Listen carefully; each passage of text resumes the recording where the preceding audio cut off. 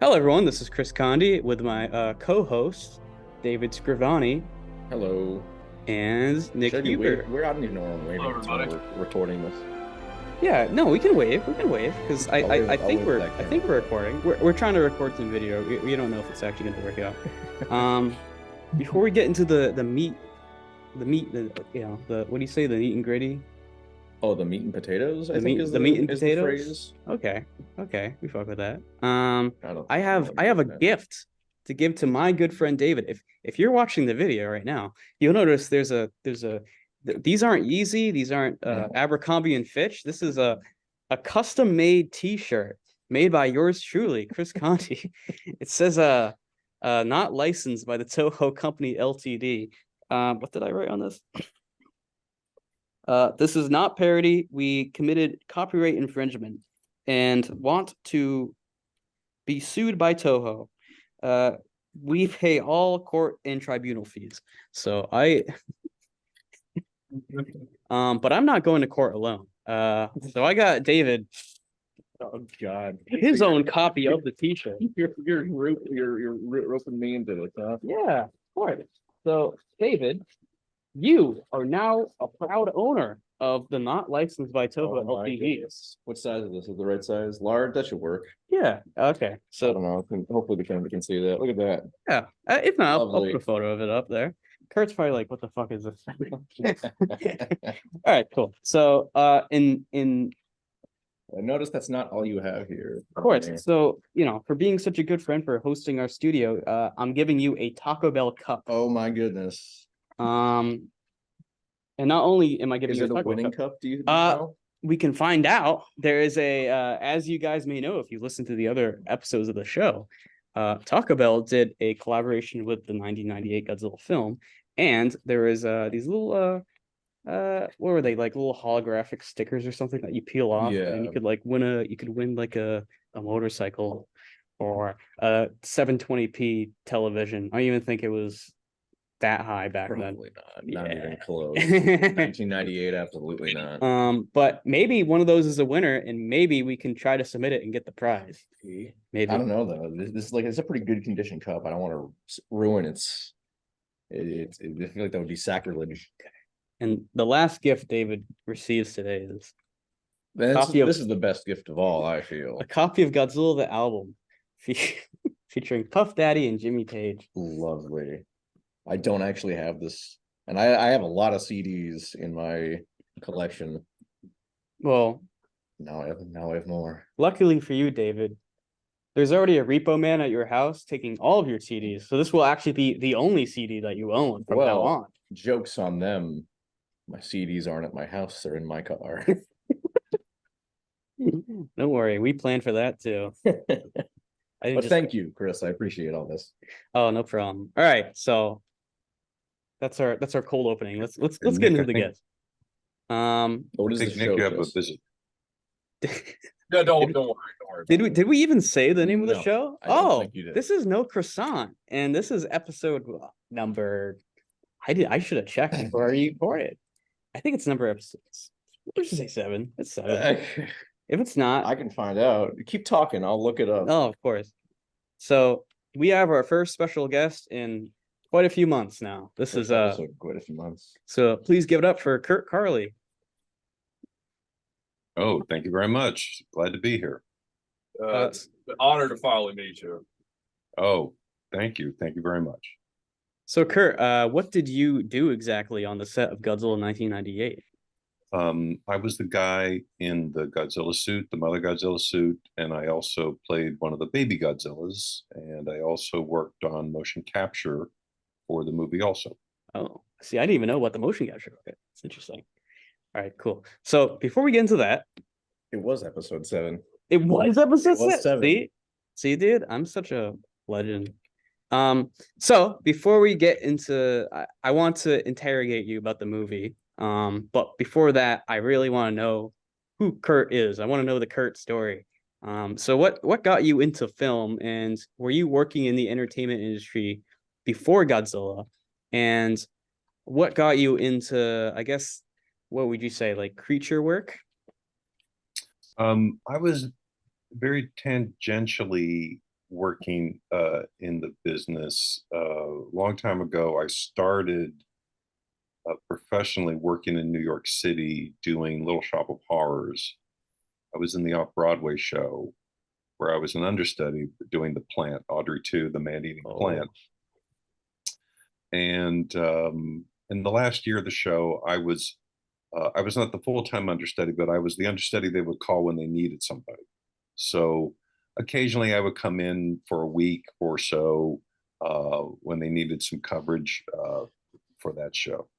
And after Little Shop closed, the show was done a lot in regional theaters around the country, mostly in the summertime. So in the summer, it was not unusual for me to go around the country to like maybe Massachusetts or Michigan or California and do Little Shop of Horrors because finding someone who was experienced and who had done the plant before was easier for producers to do. Like, we'll just hire someone who's done it before rather than trying to teach someone how to do this. So I did that for several years. And then back in 1996 was when everything changed, when I got a phone call out of the blue about doing Godzilla. Interesting. So wait, was this call by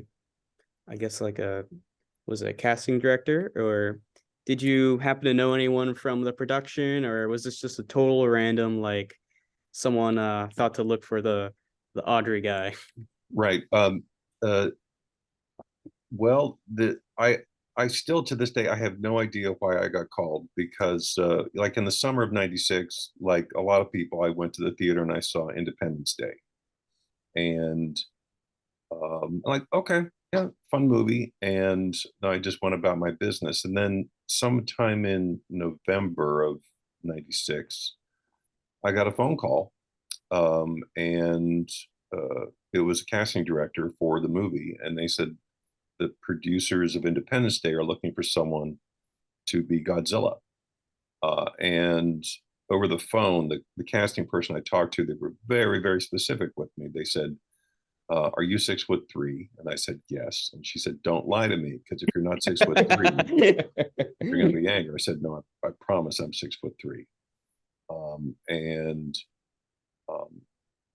And she said, well, they really want, she said, where are you? I said, I'm in New York. She said, well, they want someone local. And it took some cajoling on my part to get her to at least like accept a fax from me. Like, let me fax my resume to you and some other stuff, like, you know. And she said, okay. So I had to wait till the next day because I didn't own a fax machine. This is 1996. So I had to go to like a office supply place and fax stuff to California. And a couple hours later, we had a conversation, and she said they really want someone local. And I was afraid that they were just going to shut me out because I wasn't in Los Angeles. And I said, tell them that I will fly out there to meet them, if they want me to. And she called back like 45 minutes later. She said, okay, you have a meeting Thursday at 20th Century Fox. So I got on a plane the next day and I flew out, and I was very, very lucky. I stayed with a married couple that I know out here. And I went to that meeting. But that was, to answer your question, that was how it happened. I like I said, I still to this day, I have no idea why they called me. I have an idea that months and months before that, the Screen Actors Guild, would send out they would send out these cards that you would fill out, like with your height, your weight, special skills. And so I'm just thinking maybe that the casting people said, well, we need guys who have done puppeteering, who are 6'3", and who are in the union. And so maybe that's why I got a call. But it just, like I said, it just came out of the blue. Right. So did you join? So you must have been a SAG member before pre-production of Godzilla began then. Oh yeah, I got my SAG card back in 1987. So I'd been a SAG member for 9 years. So what are some of the early movies you've done? I'd really only done one movie. I did a scene in a movie called Dominic and Eugene. That scene was cut from the movie. I did a scene with Ray Liotta where we played medical students together. It's And that's how I got my SAG card. See, that's actually pretty interesting because one of the first SAG project I did, I was background in a scene with Ray Liotta. Oh my God. Okay. Wow. So that's actually pretty funny. Interesting. Yes. Yeah, that was I think that was one of his last movies before this was in. I think filming was in early 2019, summer 2019. That movie's come out? No, it's already come out. It was Hoobie Halloween. It was Oh, okay. an Adam Sandler Netflix film. I still Okay. haven't seen, but it was one of Ray Liotta's last, and he was I guess not to go on a tangent, but that's just so like it's a funny coincidence there. Yeah. Yeah. Yeah, so do you still do film now? And the reason why I asked that is because now it looks like SAG is going to go on a strike pretty soon. Yes, I guess we've authorized a strike. Yes, I am supposed to go up to Oregon next month to work on a film. Yeah, I've done, since I came here to Los Angeles, I've done movies like Lethal Weapon 4, Oh, cool. the first 3 Underworld movies, Land of the Lost, TV shows like The West Wing, and an old TV show from the old Paramount Network, Special Unit 2. I did several episodes of that. Lady in the Water with M. Night Shyamalan, and I did a fun short film. I don't know if you've ever heard of it, called Batman Dead End, where Batman fights the Joker. I love Batman Dead End. Great. Whoa! So wait, did you play one of the? That was the Alien Predator right? one, Yeah. yeah. So did you play one of the creatures in that movie? Yeah, I played the Predator that fought Batman. Oh, that's so cool. So, Chris, I've never seen I'm glad like you've that heard of it. big Some a people haven't reaction heard of to it. that. Because he was like, it was the buildup. Because he was like, I don't know if you've ever heard of it. I'm like, of course we heard of it. They even made NECA figures based off of Oh, it. did they? Yeah, they made like official Batman alien figures. I think. Where's Kurt's Predator figure though? Dude, there might be one. I don't recall. I mean, it's been a while, so I might be misremembering, but I'm pretty sure they made like, I don't know if they called it Batman Dead End exactly, but I know they made like official like figures kind of alluding to the short film, which is pretty cool. So damn, Yeah, I don't that's think crazy. I got a figure. My friend Pat, who played the really tall Predator with the red helmet, I think he got some kind of figure, but I didn't. Oh, cool. Well, luckily luckily for you, there is already probably heaps of Godzilla 98 toys in a landfill somewhere. Right. So and that's actually what I want to ask. So when you worked on Godzilla, did you have any like pre or even like post like interest or like love for the character, or was just like it's kind of like another paycheck at the time? No, I did like Godzilla. You know, like you grow up, you watch creature features on Saturday morning or Saturday afternoon, and you know, a Godzilla movie, you know, great. I've told the story before, but when I was like in 5th grade, I went to a matinee of Godzilla versus the Smog Monster. So I'm sitting there in the theater and I'm watching Godzilla walk through the miniature sets, and I promise you, I'm not making this up. And I sat there and I said, I'm going to do that one day. Wow. I had a very then- similar and that's- experiences when I was a kid. Yeah, but you didn't get to play Godzilla. No, I didn't, unfortunately. So Kurt's doing a lot better than I am. And that is so, and that's like, because I'm not like that much of like a spiritual person in that sense, but I think it's so weird how the world works when something like that happens, and then this Godzilla experience that you have happens when you kind of like were least trying to. Right. Like that experience, not to take away from your talent, but that experience did kind of fall into your lap, or at least the way you make it sound like where Right. it sounds And like they found you, which if you know, you I'm sure you know is sometimes unusual because acting is kind of it's hard to like get there on your half of like an acting career, I think, is like trying to find the work. yeah, yeah, sure. Yeah. But uh, yeah, no, certainly, like, you know, you uh, when the rubber meets the road, you gotta perform and you gotta be what they want, you know, Right. like, you know. But I know, like, I was waiting tables before I got the call for Godzilla, and when I woke up on Monday of that week, if you would have told me on Thursday you're gonna be on the lot at 20th Century Fox in a bungalow with the producers of Independence Day, I would have said, I don't know how that's going to happen, but it did. So I was Amazing. very, very lucky. Um, but uh, but you know, with Godzilla, there were meetings and there was auditions, and it was a lot of work just to try to get the job. So um,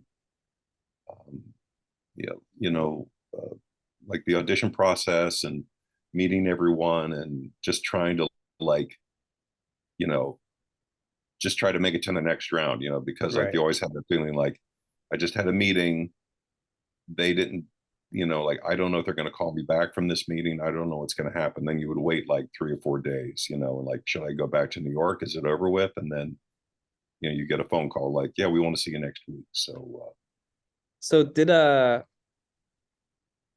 well, first off, kind of a weird question. Did you get paid for those auditions? Because that sounds like a lot of for multiple rounds. I did.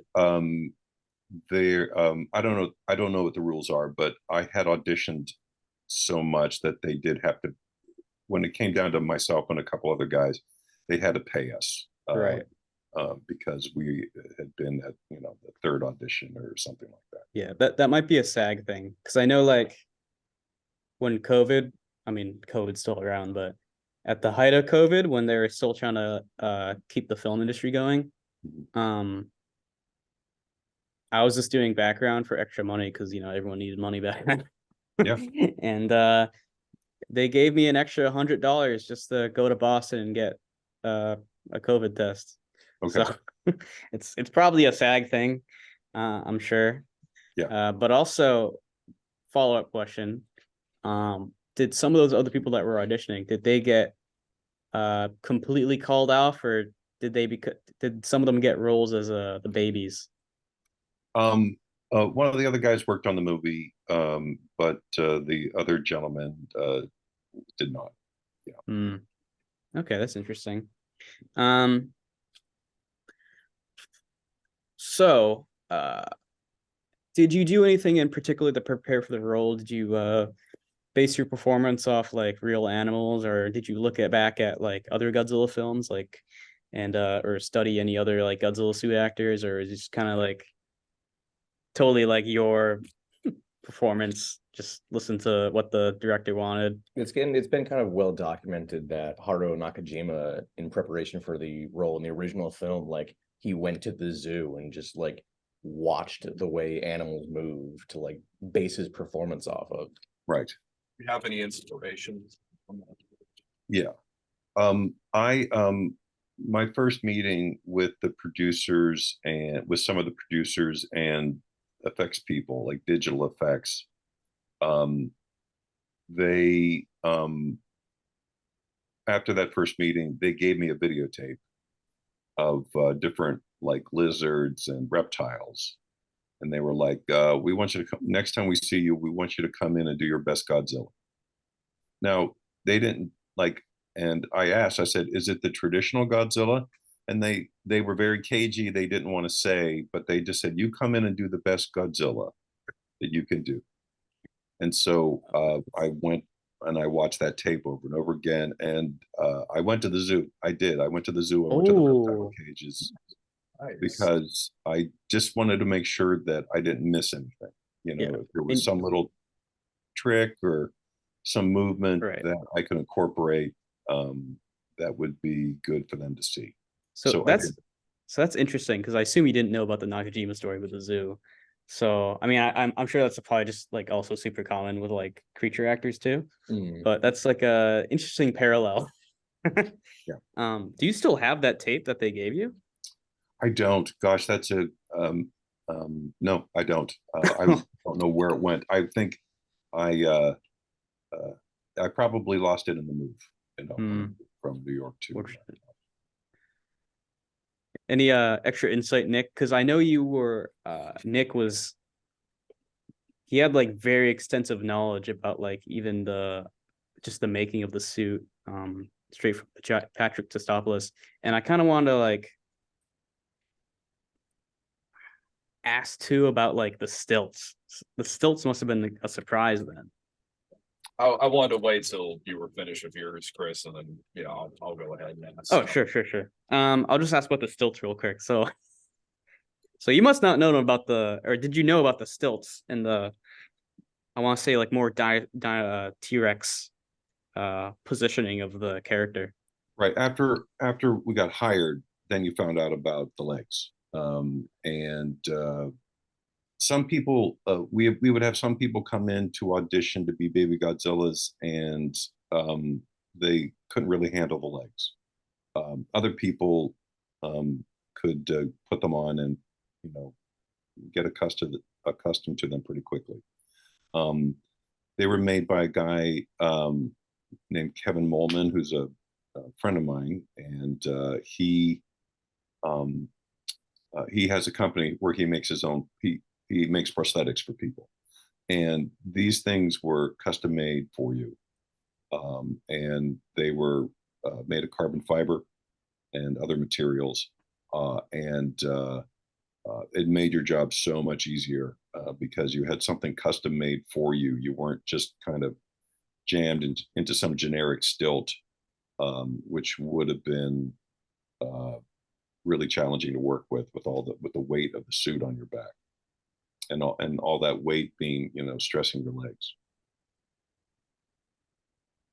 All right, we'll let Nick take this next one. Okay. All right, good. So one of my questions I had was about the suit. So when you came into the studio, and I noticed in some of the photos that the suit itself was a three-piece costume. So you had like this animatronic head, like a radio head above you, and then a plastic sort of mask that goes over to hold the upper headpiece, and then you have the main body, which you got into, and then the tail was attached as a separate piece. Would you mind explaining like just the process of you getting ready to get into the costume? Yeah, as I remember, for now, are we going to talk baby Godzilla or you want to talk mother Godzilla? Adult Godzilla. Okay. For the adult Godzilla, we had it depended on what kind of shot we were doing, because we had some suits I wore that we called the bolero suit, which was just like for the torso. So my legs were I had nothing on my legs. I had no tail. I just had the Godzilla head, the neck piece, and the bolero suit, because we were just shooting me, plowing through the side of a cave wall or through a building or through the street.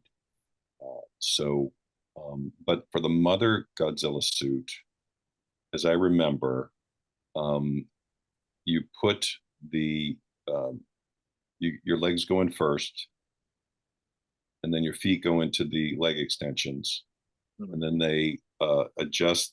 They make cosmetically, they make the leg look good where the leg of the suit and the leg extension meet, and then arms go in. You shrug your shoulders back so they can zip up the costume, and then the fins like are velcroed on the back, like a flap almost. They put that down. The head, you put your head into the helmet, which was custom made for you, and attached to that helmet, like you're correct, was the Godzilla, um, like the mouth of the Godzilla and the eyes and everything. And then you have a chin strap put on, and then they would they had little hooks here to connect the torso of the suit to the neck of the suit, because the neck was, as I remember, was connected to the head. So they would had little hooks that they would hook the neck to the torso, and then they would glue it. They would glue that down, and that took a little while. And then the gloves went on, and the tail. I don't exactly remember when the tail was put on. It was probably put on last, because that also, I think they used to call that the inside the tail, or near the tail, was what they called, if I remember right, the refrigerator, where you held the batteries. Oh. And I don't think there were any servos or motors back there. I think those That's were on the skull cap. that's interesting. That's I recall Haruo Nakajima making the same comparison. The original Godzilla suit had a battery right between his crotch, and I remember him recalling that it was also super hot because that powered. I think it powered the fire breath. Okay. Yes, and so then you would be all locked up and ready to go in the Mother Godzilla suit. Yeah. And So that's incredible.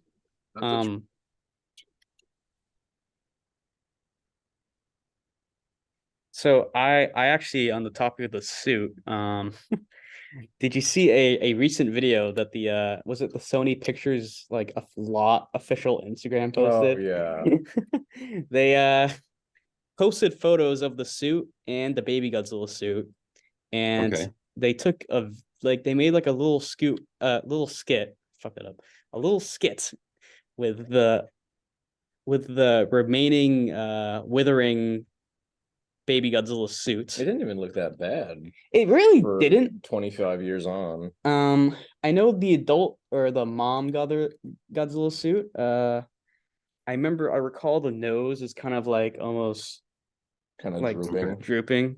But Yeah. honestly, for considering that movie's like 26 years old now, it doesn't look that bad. But yeah, they did a little skit with the baby Godzilla. They gave him like a funny voice, and like he's like Taking a tour of the Sony lot. yeah, and they Oh, posted okay. that like a few months ago, so maybe we'll send it to you. Oh, please do. I would be very interested to see that. Thank you. Yeah, no problem. I know there was other photos that showed up at the Mother Godzilla, right? You saw that? I think so. I'm having a tough time remembering at the moment though. Nick, you know what I'm talking about. Oh, Nick's. Yeah, I got the tail photos. I'm trying to get my camera arranged. So there's the tail you were just talking about there. Yep. That's Nick it. is currently trying to show a photo of the suit through his phone through the webcam. Right. Yeah, So, and there's the headpiece there, and then here's the big famous photo of you getting into. Yep. Yeah. So one other question I had for you was what was it like working with Patrick Tatopoulos, if you ever got to like meet him when he, you guys were working in the studio? Oh, I worked very closely with Patrick on that, and it was great. I really enjoyed all the times I spent with Patrick. He had great insight because he was the guy who designed it, about how he wanted it to look, and we were all very invested in making this thing work as well as it could. So yeah, Patrick ended up directing the third Underworld movie I was in. So that was really interesting to see him go from creature designer to movie director. Mhm. And no, I had a really great time working with Patrick. Yeah, from all the stories I always hear, it's like always great working with him. And yeah, it sounds like you had an incredible experience working in the suit. Was there any plans to use any other full body shots in the film? Did Emmerich or any of the producers talk about it, like some shots you might have had of like just the entire body, like when he's like running through the city? I know you mentioned about the torso shots, but I was wondering, was there any other full body shots that maybe were considered before they went with the CG model? To tell you the truth, Nick, I don't know. So much of the job was you show up we're going to do this shot today, get in the suit or whatever version of the suit we're going to do, and we're going to shoot it. So I really wasn't privy to, like production meetings about, well, we're going to need this shot, or we want to see if we can get this or that. I was just, like I said, every day showing up like, okay, what are we doing today? And, how can we make this really cool? Gotcha. Did you do any shots with the Brooklyn Bridge scene? Reason I ask is because there's a photo I found that shows what looks like either the mechanism that was used in the suit, or might be you perhaps in there as well. They have like this these pieces that kind of like are hanging off of what looks like the costume, and then Right. these little chunks that they have where it's, I guess, supposed to be the bridge or the placement Yeah. for the model of the bridge when they shoot when they put the scene together, and then there's a Right. green background behind it. Were you involved with that? I wasn't. I remember, from my memory, they had this really beautiful Brooklyn Bridge model. It was stunning. And they were doing a shot where Godzilla's been killed and he's on the bridge dead. And I came into work, and one of the costume women who was like the lead costume maker, she was positioning the suit, and I said, what's he doing? She goes, oh, he's just dead. And I said, well, I could. He's just dead. He's just dead. And I said, well, I can get in. They just want me to. I can get in the suit and just lay there, because that's really easy to do. I just lay down and shoot. But she said, nope, that's not how they want to do it. Like, okay. And maybe I shot something different that day at the same time. But that was the other thing. That suit was, custom made for you. So it was so comfortable. It was, it was tailored for you. So sometimes when you would lie down in it, you just felt cradled, because it just was, custom made for you. Just start kind of dozing off a little bit. Oh, I fell asleep many times. Yeah. Oh my gosh. Well, they also had, they made these custom made resting benches. We call it a prayer bench for the mother Godzilla. And so they bring out my quote unquote prayer bench, and you would climb on with your knees, and then you would put your chest on this pad, and then you'd just let your arms hang down. They even had hand grips for you, but you would just get in there and lay down and let the prayer bench take the weight of the costume off your back and your legs, so you could rest. And I fell asleep a few times. Yeah. It's very nice. I can just imagine someone being like, "Hey, go wake Godzilla up."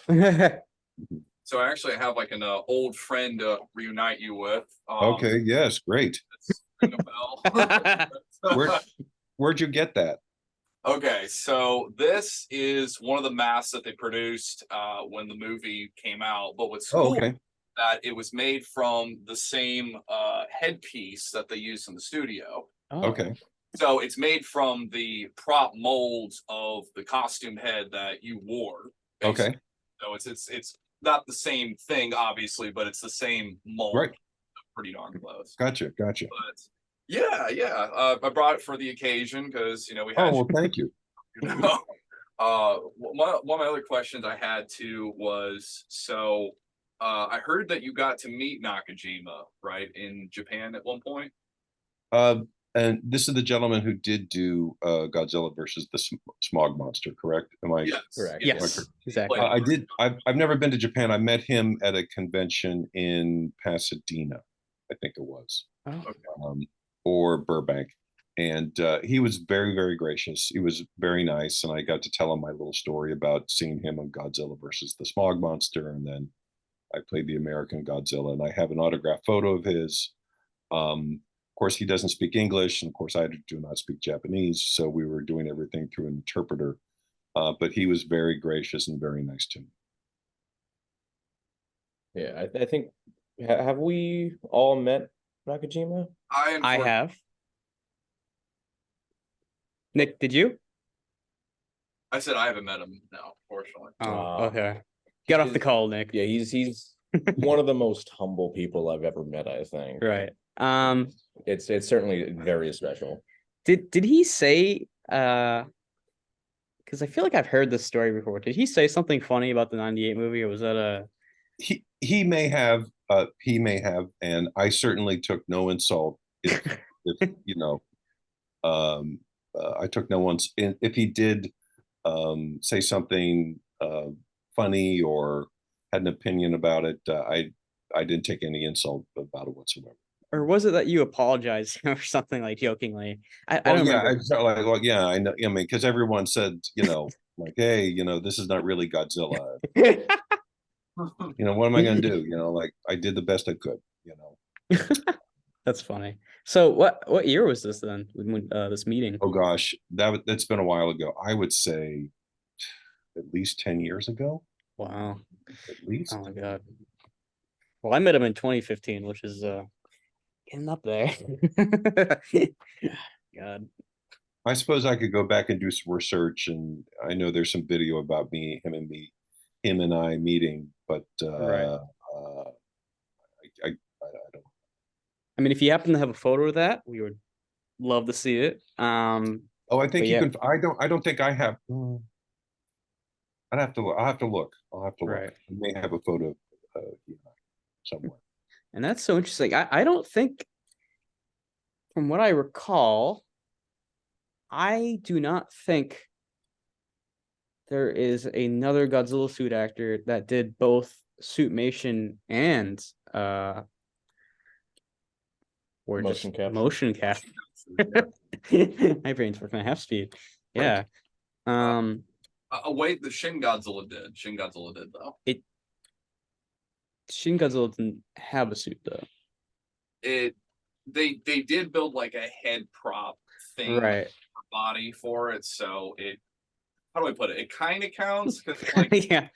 it's the upper half of his entire body that Right. the guy. Yeah. So yeah. Yeah, I don't know if Kurt's seen it, but they did use motion capture for the 2016 film Shin Godzilla. Right.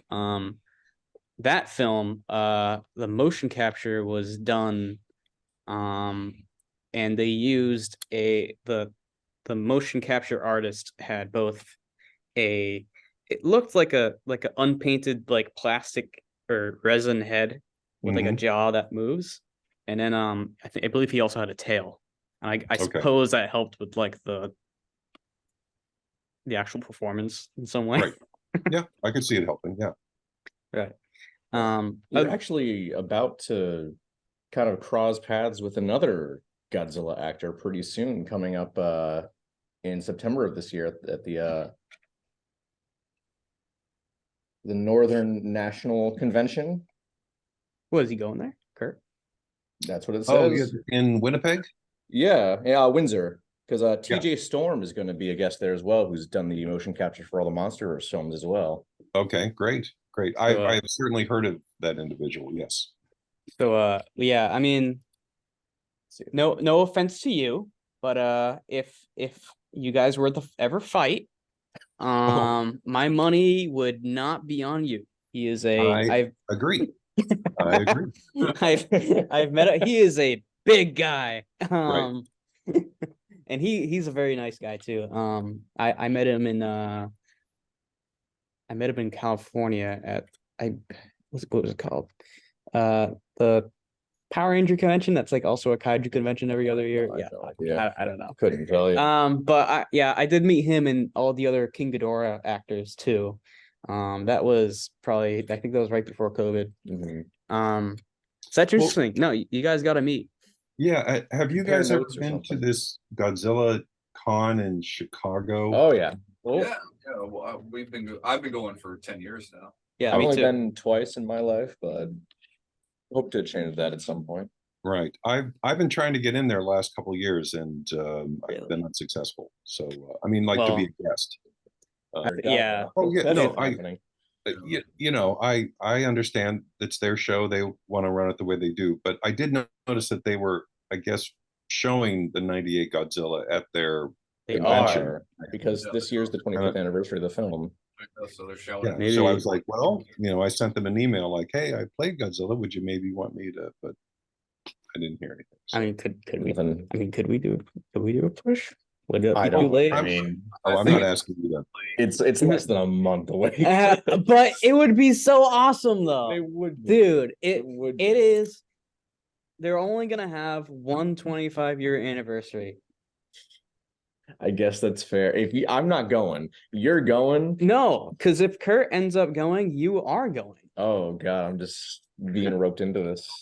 Maybe next year though, Yeah. because they are screening the '98 film. They are. Which shocked even me, because so there is a rumor that and I was thinking about trying to get like the casting director for the film on the podcast, because I wanted to ask them this Mhm. straight to their face. Was that one extra casted specifically to look like JD Lee's? What extra are you talking about? Nick, do you know what I'm talking about? Yeah, he's talking about the one when he first comes over the bridge and there's a shot of the guy driving in his car and the boat crushes him. You know what I'm talking about? The boat falls off his foot when he crosses over the bridge. Yeah, I can't picture the extra at the moment, but I know the scene you're talking Most about. people don't. Supposedly, he got someone that looked like JD to play that guy. Like, Okay. Because during production of the film, JD leaked. I believe he leaked like the Godzilla design. Oh, I see. yeah, supposedly, like he leaked it in the magazine before the movie was coming out, and then that was like just And honestly, considering there's two principal characters that are basically exist to mock like actual film critics. Mhm. I kind of buy it. Not far-fetched, yeah. Buy it. So I don't know, maybe, but I think it's a little bit of a stretch, but like potentially maybe. I have to find out. I have to find out straight from the source. I need to contact the casting director and see if that's true. Because if they're still around. Another question for you that just it was a really important one. It just kind of like slipped past me when we were talking about the bridge scene. So when you came in there and you saw they were setting up the scene where he's dead on the bridge, what did you think about that? Like, that's how Godzilla goes out. He gets killed by the Air Force at the end of the film.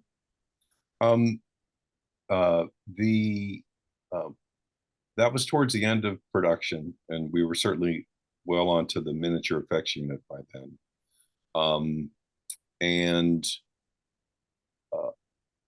I was never allowed to read the script. So, like I would literally just show up and be told what to do and then do it. So, I had an idea that Godzilla would be killed and dead on a bridge, but, I wasn't allowed to read the script.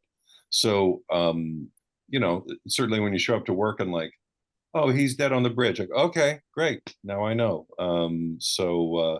I really didn't have any feeling about it. I was probably focused on what I had to do.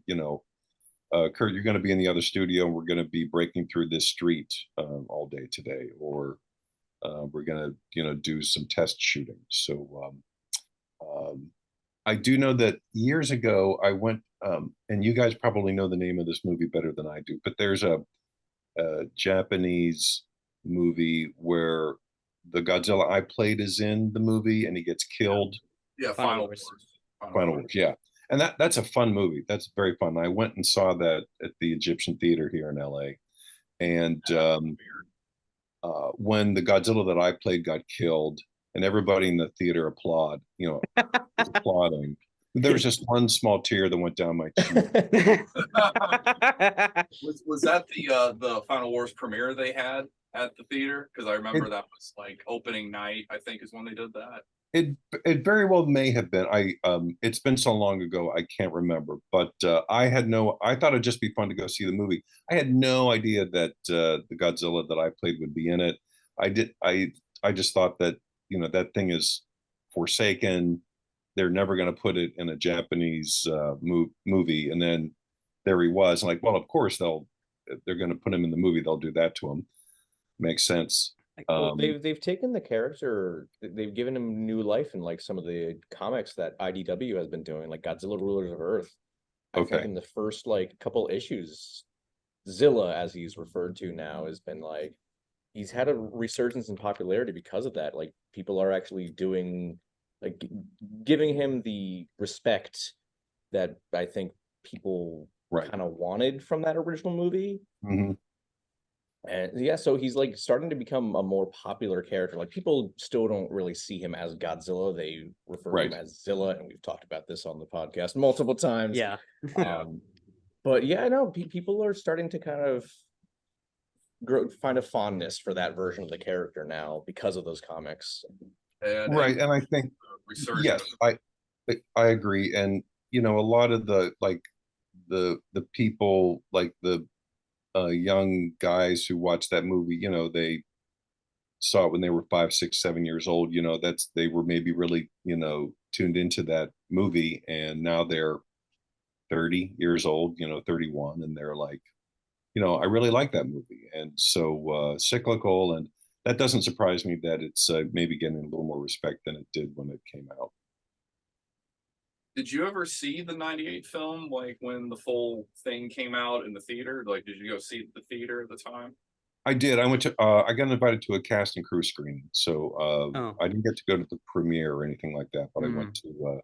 They had a free screening for everybody, and I went with my friend John, who's a director, and he said we sat in the theater, and he said, "Just nudge me whenever you know you're on screen." So, you know, one of the first things I did, I nudged him, and he goes, "Hey, you got 24 frames."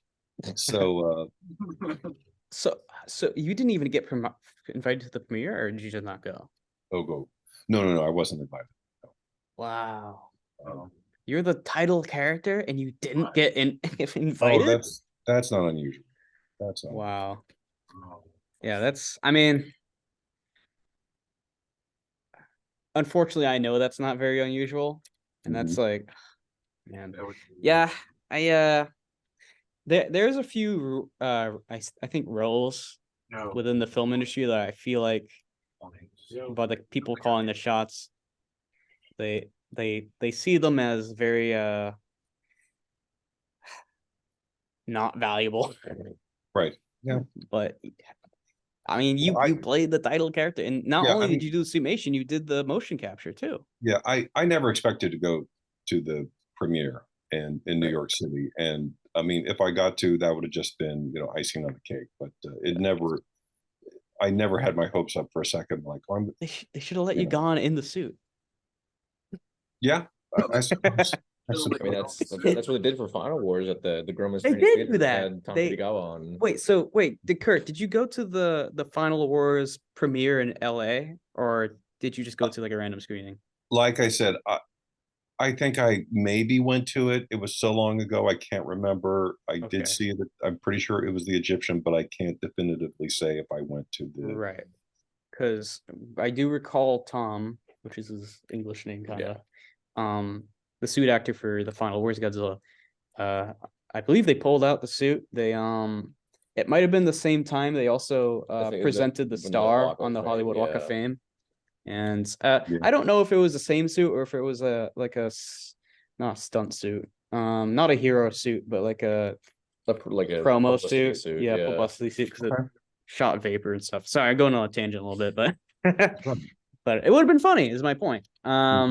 So yeah, that's interesting. I actually did, on the subject of the suit. Were you also like your own photo double? Like when they were setting up shots, did they use like a Godzilla prop, or did you just have to stand there? As I remember, I'm pretty sure I've got this right. They did make a lighting dummy. Okay. Of the suit. That's interesting. Because it would have been hard to hold a certain body position while they're, you know, checking right. Yeah. That's interesting. So there must be if I'm interpreting that correctly, like a second non-functioning suit, or maybe something with like less paint on it or something. The last time I saw it was at Patrick's studio, and when I was at Patrick's studio, and he had like a little museum of like different things he designed, you know, from like Stargate. Independence Day, Godzilla, and the Underworld movies. But maybe Patrick has it in storage somewhere. Maybe we've been trying to get in contact with him. Every lead we get, he's a hard man to contact. I hate to say it. He's a mysterious guy, but he's still working out there too. I'm pretty sure. So Absolutely. yeah, I don't blame Too him. busy for us. Well, he's probably like one of the greatest like American. I know he's not like I don't remember if he was born here, but you get my point. He's one of like the greatest like American cinema concept artists ever. He's and like I've like been like, yo, good, nice job, like on his Instagram a few times, and he's like replied, but like that's it. Other than that, like I have not been able to contact him. So he's his own one of these days. One of these days, maybe. Right. Even his friends. I contacted a good friend of him. He contacted Patrick, and he didn't respond to him. So he just doesn't like us. Yeah. So, but I don't know. It's his works. I mean, Nick has studied that book of his front to back. It's like my Bible. See, I wonder if Kurt has that book or if he's read it before. I do. It's in I have it in storage with some other books of mine, but yes, I have a copy. Awesome. So he must be in that a lot then. Especially that. I mean, I'm a personal enjoyer of that famous photo of you with your head sticking out of the entire suit. Okay, so I want to ask, what specific shots of you in the suit ended up in the movie, and did you know that there would be only those shots used in the movie, or was the original plan that they were going to use a whole lot more of you? Once again, I have no idea about how much they wanted to use CG and how much they wanted to use practical. My guess they would like to do as much practical as they could because get it all on camera. But with the Mother Godzilla, pretty much anytime the Mother Godzilla broke through something tangible like side of a building, a street, the side of the tunnel, that was me.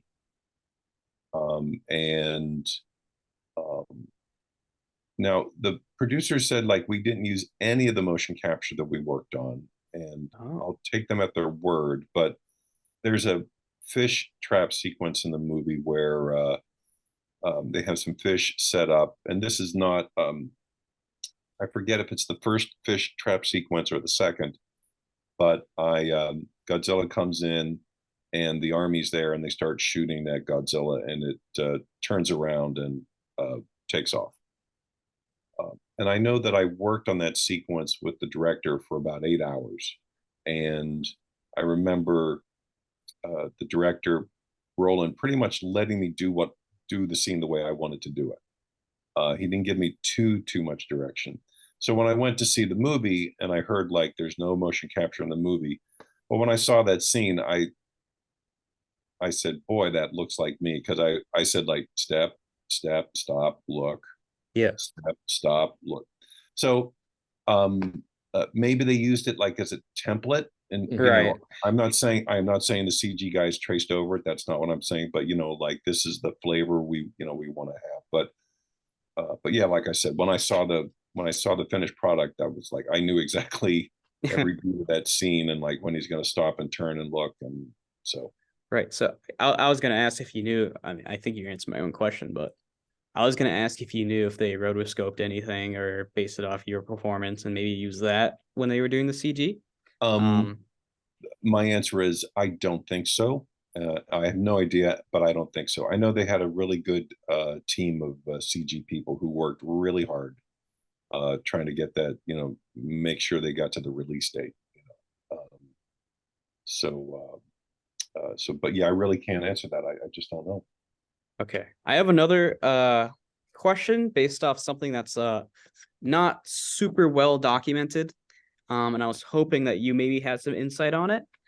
So, propstore.com had an auction quite a few years ago now, probably like 10 years ago, and I just remembered it.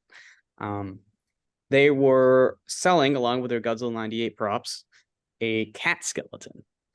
The cat skeleton, according to them, was allegedly used by production to get a feel for how Godzilla would move. Seeing as how he has like almost like cat hind Just legs. a real cat skeleton. I don't know if it was a plastic one or a real skeleton. And I don't know who bought it. So, but I never, maybe Nick would know, but unfortunately he's out of the office right now. Right. So I want to know if you knew anything about that. That's not ringing a bell to me. I know at one of my meetings with the producers, I said, "What are you looking for?" And they said, "We're looking for someone to show us how Godzilla moves." Hmm. And I know that there was a lot of, before we got into shooting, we're doing all this motion capture work, and there was a lot of like, how much hip movement should the creature have? How much should the hip not only roll from backwards to forwards, but it should also like go up and down. The hips move up and down because we're thinking, like we're asking like Patrick, how tall is it?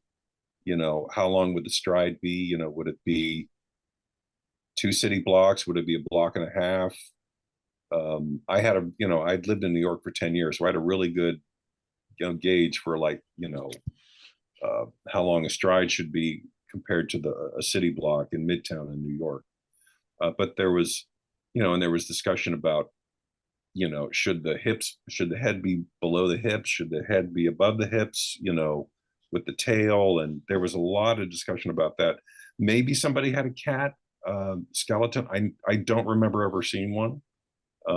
But that's not saying it didn't exist, but I don't remember ever seeing it. Okay, cool. I know that was a very bizarre question, but it was like such an interesting thing with me. It stuck with me for like 10 years. Right. And I could never find out if that was because prop store, they're fairly reputable. I don't think they've ever, I'm sure it came from somewhere. Maybe the story behind it might be a little like, maybe the CG people had that or something, because I know they were kind of siloed off from us, like we were, I was in front of the camera, and I know at, Centropolis or wherever the CG people were, I remember going over there one time, we were looking at footage or something. But everybody was just too busy doing, just racing for the deadline. Right. I imagine you probably didn't meet the cast. I did kinda. I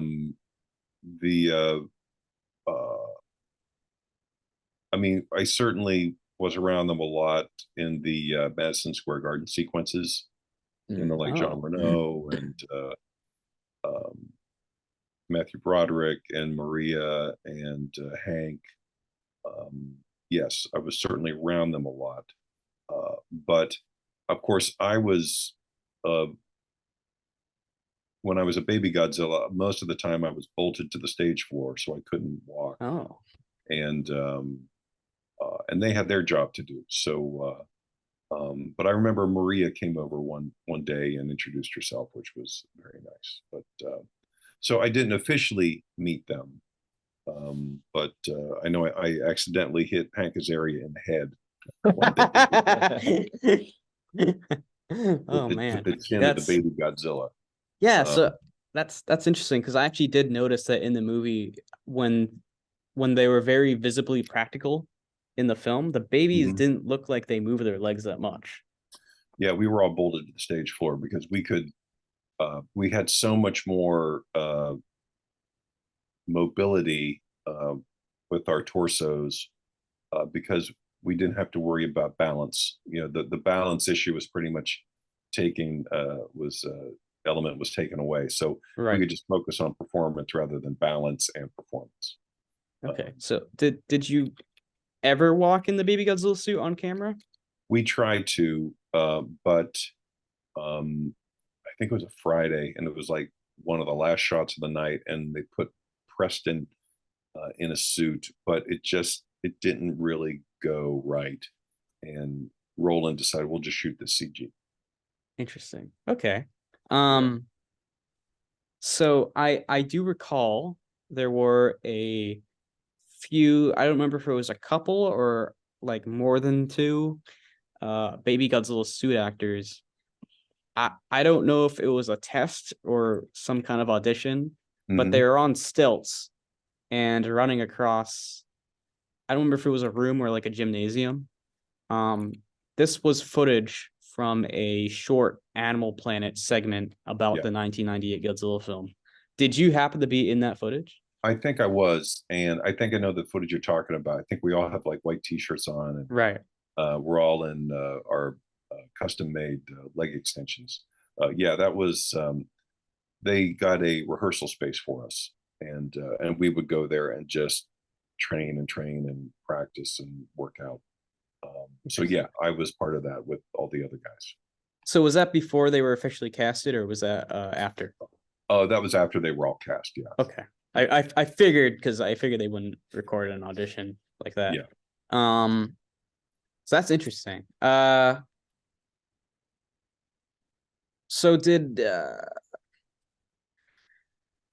were you upset at all that you couldn't be in the movie more? Or was it just kind of whatever? I was just very thankful I was in work. I got to work on the movie, and some of my stuff made it. Really, I had no delusions about my participating in the movie. I was really just very thankful for the job, and and all the great people I got to work with. I learned a lot. I worked on that movie for almost a year, so that was a really great learning experience. Now, this might be a little too personal, but it's been like 25 years, so maybe it's fine. So I do know SAG rules change, as time goes on. I know there's specific rules for background, there's specific rules for stunt people, there's specific rules for how like certain people get paid, right? I'm not sure. Well, I guess this is a two-parter. First, what does your job technically fall under? Like, are you a stunt person, or are you like a creature or like a suit actor or something? And two, did you get paid well? Did SAG give you like specific protections under that title? As I remember, my contract was like a contract an actor would have. Because you're in front of the camera, you're getting direction. Now, stunt people work in front of the camera, obviously, and they get direction too. But we have the same. I had the same like contract an actor would have.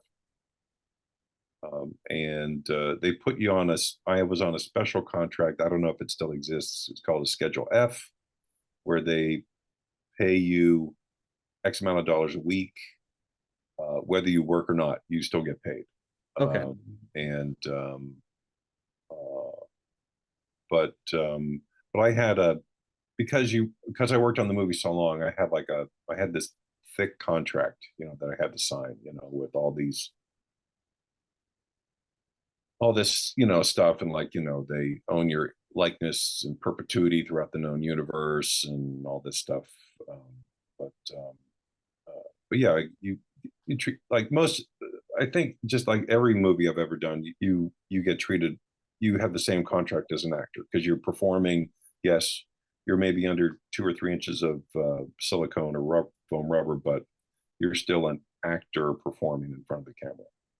Right. And did that change at all throughout the years? Because I'm not sure. I want to ask too. Like, do you still do creature effects like this? Because I know in recent years, a lot of kind of practical monster suits kind of fell out of style. You still see it every now and then, especially in Japan. Yeah. But has been finding work like this harder, easier? Do you do like actual on-screen acting instead, or how does that go? Yeah, this Uh-oh. movie I'm supposed to do next month. I'll be playing August, I think it is, on Peacock, that I worked on, where I played a creature. I have 2 movies that I shot, one during the pandemic and one a couple years ago, that have not come out yet, that I'm waiting for them to, be released. And I apologize, I've forgotten your question. um it was a little convoluted. I apologize. The question was, is finding this type of work harder nowadays? Thank you. Yes. Have you, and do you get paid better nowadays now that SAG rules have evolved, or are you still just kind of treated as any other actor? I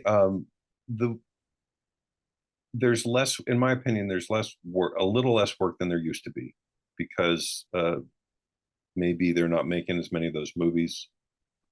Maybe, CG is so good. I know years ago when I went to see a movie and I saw a trailer for the first Transformers movie, and I saw a robot come out of a swimming pool in sunlight, and there was water dripping off the robot, and I said, boy, that looks really good. Because like the Godzilla movie I was in, everything was hidden behind fog and smoke, and it's at night and it's raining, and those like I had lunch with one of the producers of Godzilla one time, and he said the CG, he said they get 100% better every 6 months. Now this is like 1996. He's telling me this, but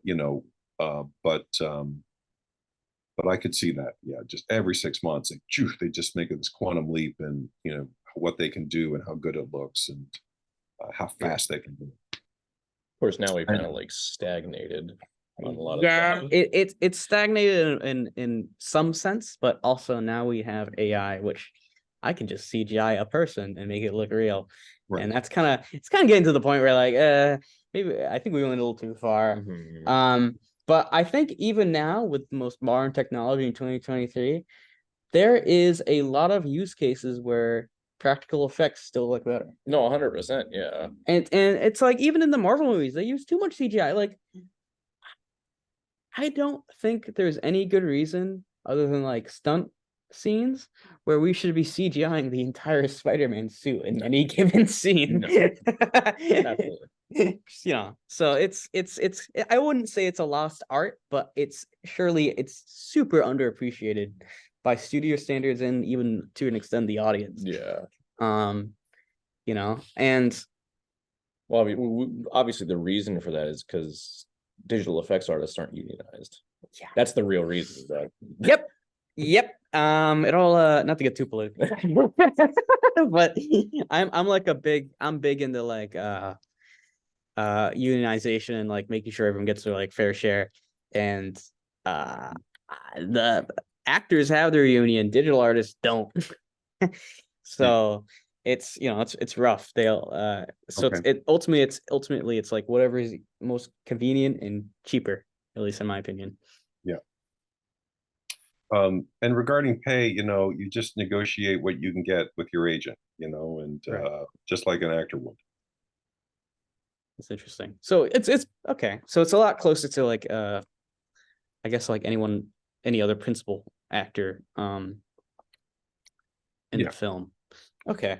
Just that you're in a monster suit and they're not, and yes, you're not going to be paid as much as when I worked on Lethal Weapon 4, I was not paid as much as Danny Glover or Mel Gibson or Right. Joe Pesci, certainly, and nor would I expect to be. Right. So yeah, that's all negotiated. Right. Well, the thing with those principal actors too is, I suppose you're not just purchasing their time and performance, you're also kind of purchasing the fact that they're a walking billboard. Yeah. So, but in addition to that, I did want to ask too, do you do a lot of motion work? Do you work in video games at all, or is it mostly just finding yourself doing practical suitmation? Most of my work has been the practical work in creature suits. There was a span of time there where I was doing a pretty good number of motion capture jobs. I worked on the Starship Troopers TV show, Oh. which was a lot of fun. Some video games that I can't remember. But the studio that I worked at, who would hire me all the time because, like, let's just use Kurt. We've worked with Kurt before, and the client would be like, okay, great. They went out of business, and so and it's kind of a bit of a tough nut to crack. It's like once you're in, you're in. That's been my experience, because they know you and they like working with you. But then for me, once that studio went out of business, like I was kind of on the other side of the door, trying to get in. So I haven't done that much video game work or motion capture work in a while, and it's a shame because I really like doing motion capture work. It's a lot of fun. It's very fast. You can just go from setup to setup very quickly and get to use your imagination a lot and try to come up with some neat stuff. Less sweaty. Yeah, you can still get sweaty in a motion capture suit if the shooting space is a little too warm or something. But yes, a lot. It's a lot less tiring than wearing a creature suit all day. Yeah, for sure. And I mean, I get it, right? Because once you get a mocap file, you just import it in the Blender or 3ds Max. I mean, if there's any character design changes, whatever, you just 2 clicks. Yeah. So but I imagine there's nothing like being in the actual Godzilla suit and being like you're physically the character. Right. Yeah, and seeing the little cars and the miniature street lamps and the miniature mailboxes and Right. the little in the buildings with all the little signs and everything. Yeah. Yeah. I actually own some of the I don't know what scale they're in, so I don't know if they were for your scenes or for another scene. But I do own quite a few miniatures in different scales from the film. Okay. So I have like a couple of these like long, like highway cinder block things. And Okay. I theorize that they might be from the death scene. Mm-hmm. But I haven't been able to like 100% confirm that. I probably never will be able to. Right. And But I also have where did you sorry. procure those? So they were from do you recall his name? From the Peekaboo auction? No, I don't. Okay. There was a screenwriter who worked on the newer Jungle Book film, and he worked on, I think, Wedding Crashers. He unfortunately passed away a few years ago, and his family set up, in collaboration with Peekaboo Auction, a massive auction of his entire Godzilla collection. And he was like, he wasn't even just like obsessed. He was living like the Godzilla lifestyle. Like, Right. he had some of the most like bizarre and interesting pieces all throughout the entire history of Godzilla, straight from the 50s to current day. So he had acquired quite the collection of memorabilia from the 1998 film. He had multiple sets of miniatures. And I believe he also even had a chunk of skin from your suit. Oh, okay. Yeah. So I actually don't recall if it was from. I mean, I suppose it could have also been from the big animatronic, but it looked smaller. It looked like I think it was from your suit. Sure. Okay.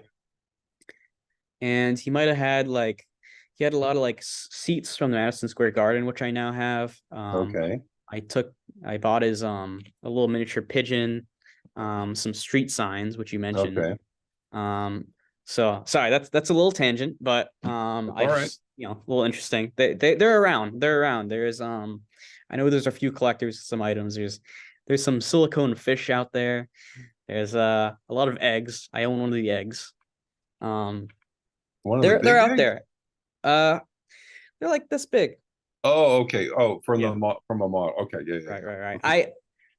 I don't know this for sure, but I assume the bigger eggs were probably either destroyed or they're locked away deep Yeah. down in like the building from the end of Raiders of the Lost Ark. Yeah, yeah, they were huge. They were Yeah. huge. Yeah. Right. But some of the, I mean, Sony still owns some of the props. Like I said, they have at least Mhm. one baby, and they have the Godzilla suit that you were in. It's just in a state of disrepair, and I kind of don't know what they plan on ever doing with it. I think Right. it's just kind of in there because they have the space. Yeah. Right. Well, yeah, I know after the movie was over with, and I Titopolis Design, they had to, like release stuff back to Sony because Sony paid for it. And I helped take some of the stuff that was Sony's back to one of their warehouses in Culver City, I think it was. Yeah. Hmm. So I think they actually do tours. So have you ever thought about trying to see your buddy again? Never occurred to me. I do know that years ago I went to the Sony lot to see an episode of Jeopardy being shot, and not far from where you stand in line, like, oh, there's the Mother Godzilla head, like the framework. And I was like, Right.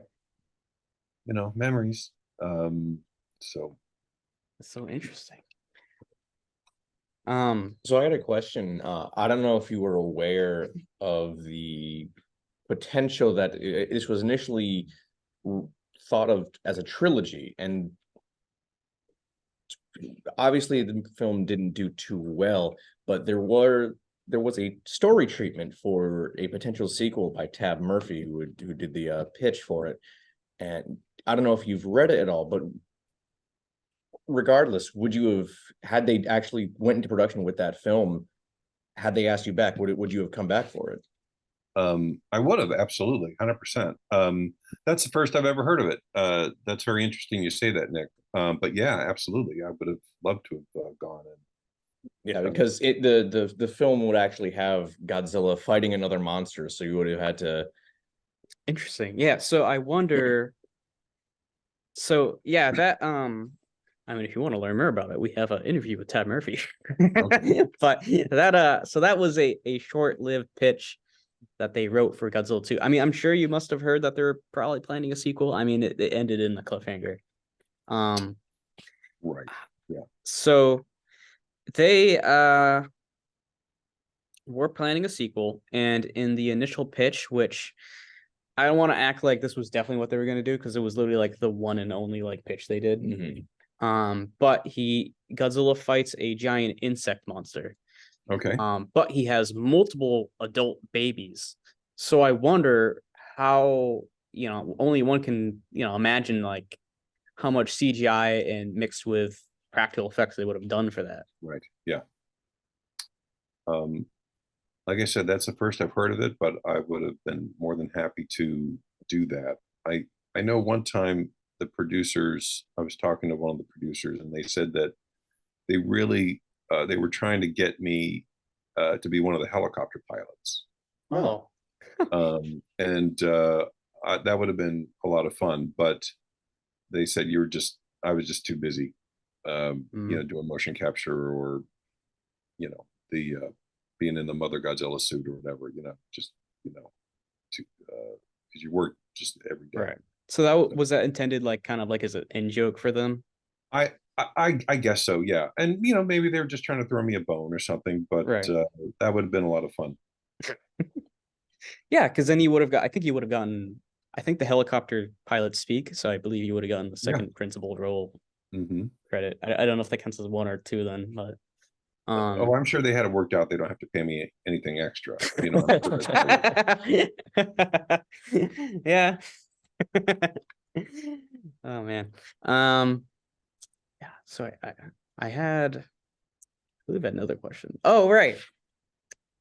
So this kind of leads into another question I have, but do you still have like kind of like any personal connection to the character? Like, do you still love this Godzilla incarnation?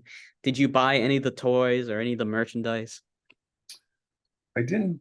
I was given. Well, earlier, Nick. I don't know if this was being on tape when we started a while ago, but Nick had that like Godzilla cup holder kind of thing, Classic. and I think someone gave me one, and I think I lost it in a move. Um, I uh, I didn't buy any merchandise. I do have a Godzilla bank that I use sometimes when I go out to sign autographs. That'll sometimes be on my table. I do have a friend of mine that I worked on the movie with. We became friends, worked on the movie.